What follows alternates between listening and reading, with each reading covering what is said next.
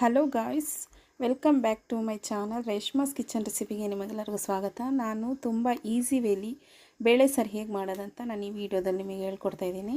ನಾನು ಇದರಲ್ಲಿ ಈರುಳ್ಳಿ, ಒಂದು 4 ಟಮಾಟೆ ಹಣ್ಣು ಮತ್ತು 4-5 ಹಸಿರು ಮೆಣಸಿನ್ಕಾಯಿ ಕಟ್ ಮಾಡ್ಕೊಂಡು ಹಾಕ್ಕೊಳ್ತಾ ಇದ್ದೀನಿ.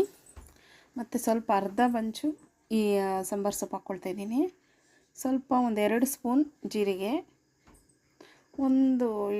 ಒಂದು ಹೋಳು ಬೆಳ್ಳುಳ್ಳಿ ಹಾಕ್ಕೊಳ್ತಾ ಇದ್ದೀನಿ.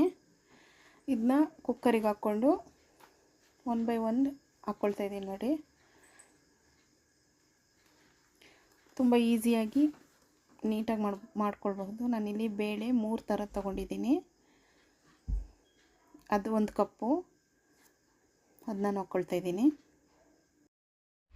ನೆಕ್ಸ್ಟ್ ಇಂಗ್ರೀಡಿಯೆಂಟ್ಸು, ನಾನು 1 ಸ್ಪೂನ್ ಖಾರ ಪುಡಿ ತೊಗೊಂಡಿದ್ದೀನಿ.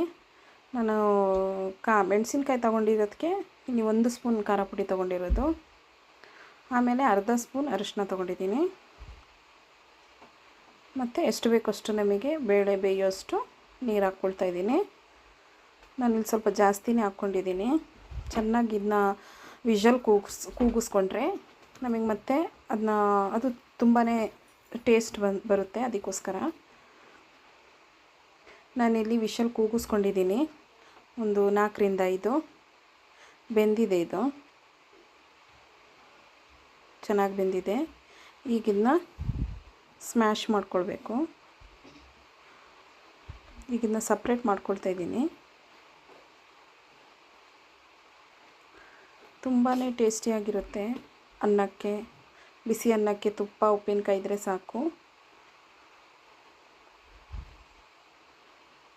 ಈಸಿ ವೇಲಿ ನಾನು ಈಸಿ ಮೆಥಡಲ್ಲಿ ಸ್ವಲ್ಪ ಕಡಿಮೆ ಇಂಗ್ರೀಡಿಯೆಂಟ್ಸಲ್ಲಿ ಹೇಗೆ ಮಾಡೋದು ಬೇಳೆ ಸಾರು ಅಂತ ಹೇಳ್ಬಿಟ್ಟು ನಾನು ಇದರಲ್ಲಿ ಈ ವಿಡಿಯೋದಲ್ಲಿ ಶೇರ್ ಮಾಡ್ಕೊಳ್ತಾ ಇರೋದು. ಹೀಗೆ ಇದನ್ನ ಚೆನ್ನಾಗಿ ಸ್ಮ್ಯಾಶ್ ಮಾಡ್ಕೊಳ್ಬೋದು. ಮಿಕ್ಸಿಲಿ ಕೂಡ ನಾವು ರುಬ್ಬೋದಾದರೆ ಅದು ಟೇಸ್ಟ್ ಬರಲ್ಲ. ಅದಕ್ಕೋಸ್ಕರ ಈ ಥರ ನಾನು ಸ್ಮ್ಯಾಶ್ ಮಾಡ್ಕೊಳ್ತಾ ಇದ್ದೀನಿ.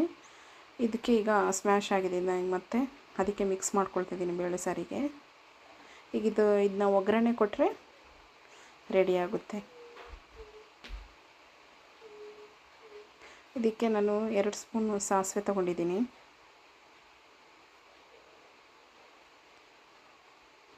ಬೆಳ್ಳುಳ್ಳಿ ಹಾಕ್ಕೊಂಡಿದ್ದೀನಿ.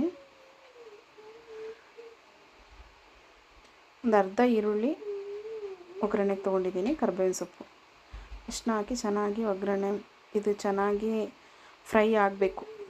ಹಸಿ ಇರಬಾರ್ದು.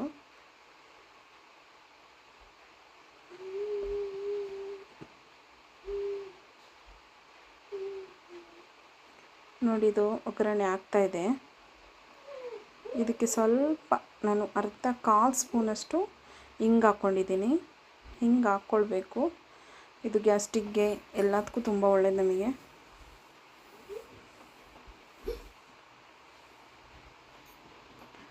ಉಪ್ಪು ಹಾಕಿದ್ದೀನಿ, ಅದು ಮಿಸ್ ಆಗೋಯ್ತು. ಈಗ ಬೇಳೆ ರೆಡಿಯಾಗಿದೆ. ಬೇಳೆ ಸಾರು, ಬಿಸಿ ಅನ್ನ,